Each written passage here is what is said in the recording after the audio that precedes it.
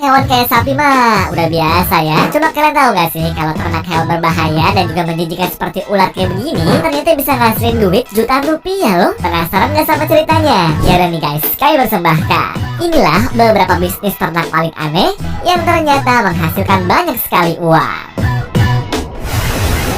Nomor 6. Ternak ular. Sejak tahun 1970-an, ternyata banyak keluarga di Tiongkok yang memutuskan buat ternak berbagai jenis ular untuk meningkatkan ekonomi mereka guys. Mulai dari ular sawah, ular kobra, sampai ular king cobra pun juga ada loh. Jadi bisnis ternak ular yang dipakai buat makanan sama obat tradisional ini awal mulanya dirintis tuh sama suami istri bernama Yang Ho Chang dan juga Yang Lume. Awalnya sih mereka tuh cuma dapat penghasilan sekitar 220 juta rupiah per tahunnya lah. Tapi sekarang bisnisnya guys bisa menghasilkan sampai dengan 220 miliar rupiah per tahun. Cuma dapetinnya ya nggak segampang yang kalian pikir ya. Soalnya resikonya gede banget tuh. Karena mereka harus berani buat megangin, ngambil telurnya, serta menjahit mulutnya juga. Eits, tapi ternyata bukan cuma negara Tiongkok aja loh yang punya peternakan ular kobra di dunia, melainkan salah satunya ada negara Vietnam juga. Jadi tujuan mereka beternak hewan berbahaya ini buat dijual ke berbagai tempat yang menjadikannya makanan khas untuk dimakan setiap hari guys. Soalnya masyarakat sana pada percaya kalau ular kobra punya banyak manfaat seperti mendinginkan suhu tubuh, menghilangkan sakit kepala, serta melancarkan pencernaan juga.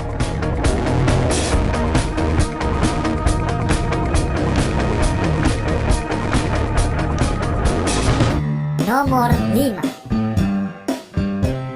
Ternak beruang.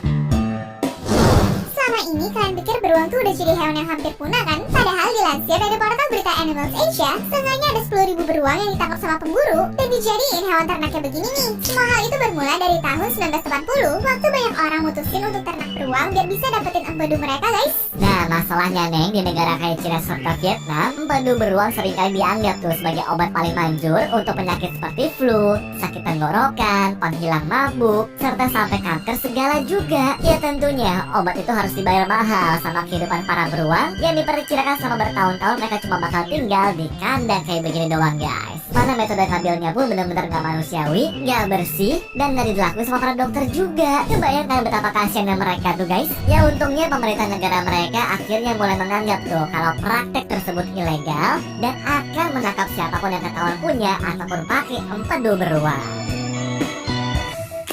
Nomor 4. Ternak cacing.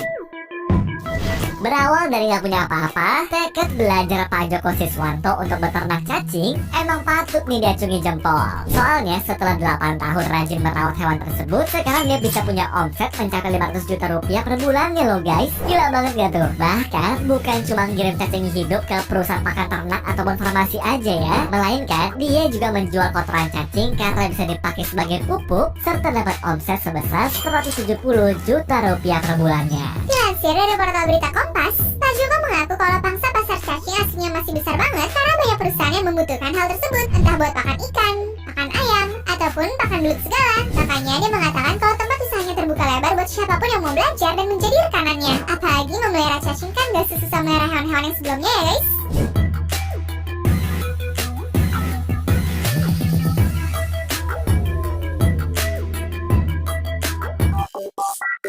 Nomor 3. Ternak ulat.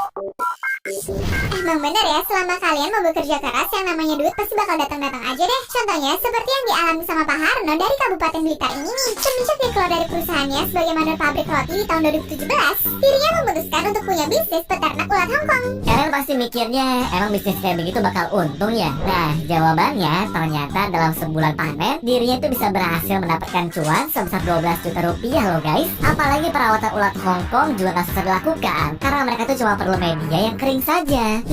Kira-kira kalian tuh jadi tertarik gak nih guys?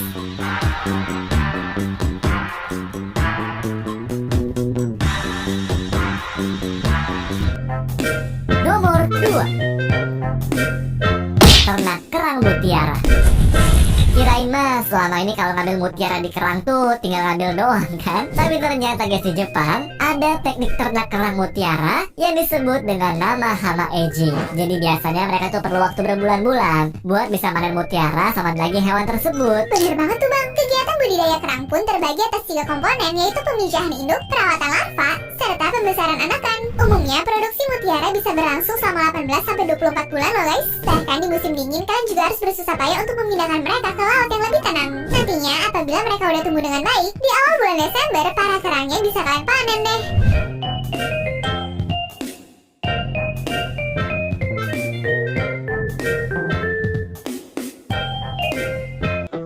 Nomor 1, ternak nyamuk. Gara-gara tiap tahunnya negara Singapura harus berurusan sama masalah nyamuk DBD, akhirnya para peneliti mereka mulai menemukan solusi dengan proyek bernama Wolbachia guys. Jadi awal mulanya mereka berusaha ternak nyamuk jenis baru yang setelah siap bakal dilepaskan ke dunia luar, biar nyamuk bisa kawin sesuka hati namun tetap nggak bereproduksi sama sekali. Nah, dengan berkurangnya populasi nyamuk, berarti virus DBD juga bakal turun secara drastis deh. Kemudian dilansir dari portal berita CNBC Indonesia, ternyata cara tersebut berhasil mengurangi kasus DBD sebanyak 90%. Ya, diharapkan sih yang tadinya ada 26.000 kasus DBD pada tahun 2020, di tahun-tahun mendatang bakal lebih berkurang atau bahkan nggak ada sama sekali.